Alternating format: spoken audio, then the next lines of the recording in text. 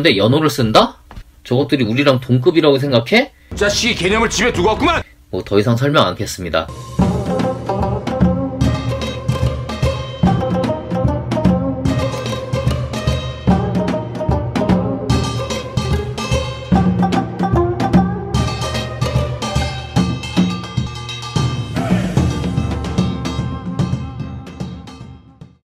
그런데요, 중국은 옛날부터, 특히 이제 중국이 전체 그 대륙을 통일했을 때는 자기네 대륙뿐 아니라 뭐 우리나라, 그러니까 중국 입장에서는 우리나라는 외국이잖아요.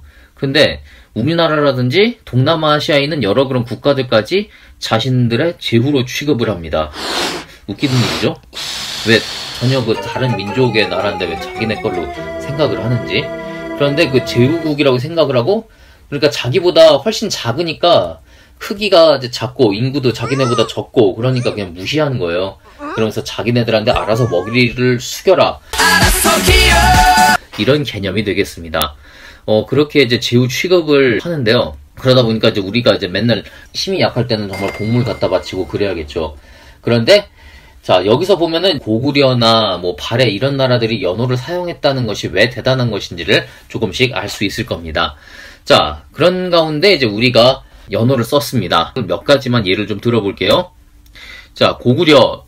지난 시간에 제가 6대 태조왕 때부터 연호를 쓰기 시작했다, 이런 설명을 드렸습니다.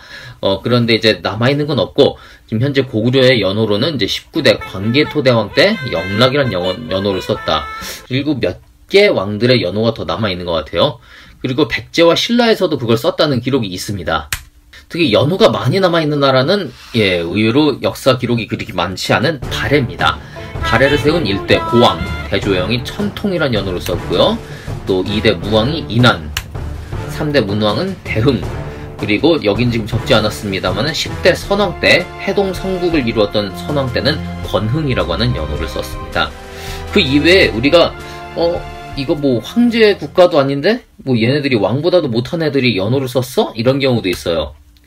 신라의 이제 통일신라 말기로 가보면은 사회가 굉장히 혼란스러워지는데 김헌창이라는 사람이 난을 일으킵니다. 그런데 난을 일으킬 때 그냥 난리를 일으킨 게 아니라 강원도 쪽에다가 장안국이라는 나라를 세우고 나를 일으키는데 이때도 연호를 썼습니다. 그리고 신라 말기에는 이제 여러 그 호족들이 일어나면서 드디어 후성국 시대로 접어들죠. 후백제를 세운 견훤도 연호를 썼습니다. 역시 후고구려를 세운 궁예도 연호를 썼고요. 지금 누가 기침 소리를 내었어? 그리고 고려시대에 가면은 묘청의 서경천도 운동이 일어납니다. 그런데 이때 묘청도 역시 그 반란을 일으키면서 대위국이라는 나라를 세우고 연호를 1000개라고 했습니다. 그런 연호를 쓴 기록이 있습니다. 자, 그러니까 이 반란을 일으키는 사람들은 대체적으로 자존심이 굉장히 강하죠. 그래, 한번 해보자. 이 나라를 다 뒤집어 엎어보자. 이런 배포가 있으니까 반란을 일으키는 겁니다. 당연히 그렇기 때문에 연호도 쓸 수가 있다고 볼 수가 있습니다. 자, 그런가 하면은 우리나라는 전통적으로 계속 왕이었는데요. 우리나라도 황제를 공식적으로 국제적으로 내세운 적이 있었습니다. 안타깝지만 구한 말, 바로 대한제국 때, 그때 우리나라가 잠시 대한제국이라는 그런 국호를 가지고 황제를 선포했었죠. 그래서 고종황제, 조선으로 치면 이제 26대 임금입니다만은 고종황제가 광무라고 하는 연호를 썼고요. 1907년 헤이그 밀사 사건으로 고종황제가 밀려나고 일제에 의해 순종황제가 즉위했죠. 융희란 연호를 썼습니다. 비록 3년밖에 쓰지 못하고 나라가 망하는 아픔을 겪었습니다만은 이때도 우리가 황제국으로서 연호를 사용했습니다. 근데 이 연호를 쓰면요, 자, 제가 설명을 드렸죠. 황제국가, 그러니까 그런 우리나라 한반도보다 더 땅덩이가 큰 그런 제후국들이 조각조각 모여서 된 그런 중국, 정말 큰 대륙의 나라의 황제만이 이런 연호를 썼습니다. 또 묘호를 그렇게 썼고요. 근데 이런 연호와 묘호를 쓰게 되면은 중국에선 이걸 어떻게 보느냐. 자, 이게 문제입니다. 자, 중국 입장에서는요, 어쭈? 저것들이? 이런 반응을 보입니다. 자기네보다 땅덩이도 훨씬 작습니다. 그래서 인구도 작아요. 당연히 제후국으로서 자신들에게 머리를 숙여야 된다고 생각을 합니다. 그러니까 맨날 곡물 바치라 그러고, 필요하면 이거 갖다 바쳐라, 저거 갖다 바쳐라, 왕이 와서 인사드려라, 온갖 갑질의 요구를 다 해댑니다. 그런데 연호를 쓴다? 저것들이 우리랑 동급이라고 생각해? 동급으로 보이세요? 이렇게 가소롭게 여기는 겁니다. 즉 어린아이가 어른 흉내를 낸다고 생각을 합니다. 우리 동네에서도 보시면은 이제 어린 아이들이 어른 흉내 낸다고 이제 막 갓 청소년들이 뭐 담배 피우고 뭐 오토바이 타고 막 이런 짓 하고 못된 짓 하고 그러면은 이들은 대열까지 만들며 본격적인 폭주를 시작합니다. 그쵸, 혼내줘야겠죠. 어린아이들이 막 자기가 어른인 것처럼 으스대고 막 자기보다 어린 동생들 앞에서 막 그러면은 참 가소롭죠. 근데 그래도 뭐 어린 꼬마들이 그러는 건 그냥 이해를 해줄 수 있습니다. 근데 다르게 생각을 해볼게요. 자, 군대에서 이등병이 있습니다. 군대 갔다 오신 분들이라면 알겠지만 이등병이 자, 병장 흉내를 낸다고 쳐요. 주머니에 손 넣고 짝다리를 짚고 있고 자식이 개념을 집에 두고 왔구만. 뭐 더 이상 설명 않겠습니다. 군대 갔다 오신 분들 어떻게 되는지 뻔할 겁니다. 온갖 선임들의 무자비한 욕을 들으면서 고통을 겪어야 하죠. 자, 더 심한 경우가 있습니다. 자, 사회에서 신입사원이 있습니다. 회사에 사원이 들어왔는데 사원이 사장 흉내를 낸다고 해보세요. 사원이 쓸 수 있는 책상의 크기가 있고 사장이 쓸 수 있는 책상의 크기가 있습니다. 근데 자기 스스로 책상 크기를 늘리고 막 비서도 달고 다니고 또 이건 뭐 개인 자유입니다만은 뭐 사장님이 보통 끌고 다니는 굉장히 커다란 그런 중형차를 끌고 다닌다. 다른 사람들 눈빛이 어떻게 될까요? 너 지금 인턴 자격으로 여기 있는 거야? 뭐 더 이상 설명하지 않겠습니다.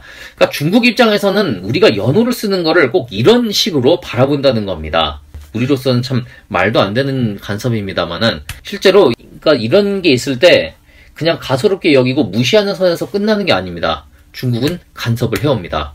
자, 일단 지금 이때는 이제 간섭이 일어나지 않았을 때였어요. 지난 시간에 태조왕 이야기했습니다만은 태조왕은 그 당시에 이제 고구려를 새롭게 일으킨 시조다라는 의미에서 그런 이제 일종의 그 태조 그런 이제 묘호를 후손들이 붙였습니다. 근데 이 당시만 해도 그 묘호의 개념이 좀 명확하지 않았기 때문에 나중에 그냥 태조왕 이렇게 해서 했었던 거죠. 그리고 이제 또 연호를 썼습니다만은 중국이 이 당시에 혼란했었다고 했잖아요.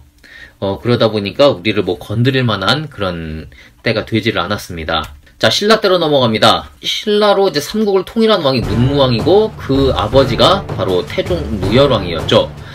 이때 이제 신라 때는 다 이제 무슨 왕 합니다만은 드물게 묘호를 쓴 사례가 있습니다. 바로 여기 보시는 신라 29대 무열왕인데요. 진골 최초의 임금이기도 하죠.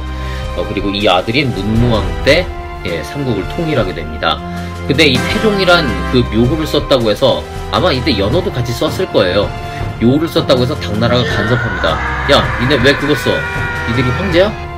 근데 이 당시 임금이었던 신문왕 무열왕의 손자인 31대 임금입니다. 신문왕이 바로 무시를 해버립니다. 근데 이때만 해도 이제 나라의 힘이 강하니까 무시도 할 수 있고 간섭도 안 받을 수가 있는데 자, 고려에 왔습니다. 고려 때 보면 여러분들 잘 아시겠지만 고려 후기로 가면은 원 간섭기가 옵니다. 몽골과의 오랜 전쟁 끝에 결국 이제 원 간섭기로 접어들게 되는데 태조부터 시작해서 24대 원종까지는 우리가 묘호를 사용했습니다. 태조, 혜종, 정종, 광종 이렇게 갔습니다만은 이 원종 때 이제 본격적으로 간섭을 해오죠. 야, 니네가 우리 황제랑 동급이야? 동급으로 보이세요? 쓰지마. 이제부터 종자 쓰지 말고 왕자 써. 그래가지고 이 다음인 충렬왕 때부터 왕자를 쓰게 됩니다. 고려는 34대 공양왕 때까지 망할 때까지 줄곧 왕자를 쓰고 당연히 연호도 쓸 수 없었습니다. 심지어는 여러 그 관청들까지 다 바꿔야 했고 황제한테 부르는 칭호인 폐하도 왕한테 쓰이는 전하 이렇게 바꿔야만 했죠. 이런 굴욕이 있었습니다. 조선시대 가면 더합니다. 아예 연호 같은 건 상상도 못하고요. 명나라 연호를 갖다 썼어요. 홍무제, 건문제, 영락제, 홍희제 뭐 이런 연호를 갖다 써서 우리도 중국이랑 아예 시간도 그냥 똑같이 맞춥니다. 이런 굴욕이 있을 수 없죠. 그런데 또 의외로 묘호는 또 씁니다. 조선시대 때 보면은 이제 조선이 세워질 때부터 순종황제 멸망할 때까지 계속 조나 종자를 쓰잖아요. 묘호는 또 몰래 썼다고 합니다. 이걸 또 명나라, 청나라에서 계속해서 간섭을 했는데 앞에서 다음부터 안 쓸게요 하면서 적당히 이렇게 넘어갔다고 하죠. 네, 이런 굴욕의 그런 역사도 있었습니다. 연호와 묘호를 사용했다는 거 이런 의미가 있습니다. 이 국력과도 큰 연관이고 중국과 우리가 대등하다. 중국에 절대 꿀릴 일 없다. 중국과 싸워서도 우리가 이길 수 있다. 이런 배짱, 자신감, 자존심 이런 걸 의미한다고 할 수 있습니다. 자, 왕조중심 꿀국사 오늘 특별히 연호와 묘호에 대해서 좀 따로 알아봤습니다. 예, 앞으로 또 연호와 묘호 이야기할 때 더욱더 쉽게 이해가 되실 것 같아요. 또 연호와 묘호에 대한 이런 의미를 알고 있으니까 우리 조상들 이렇게 당당했었다 이런 자부심을 가지셔도 될 것 같습니다. 자, 왕조중심 꿀국사 저는 다음 시간에 뵐게요. 저는 지금까지 꿀이었습니다.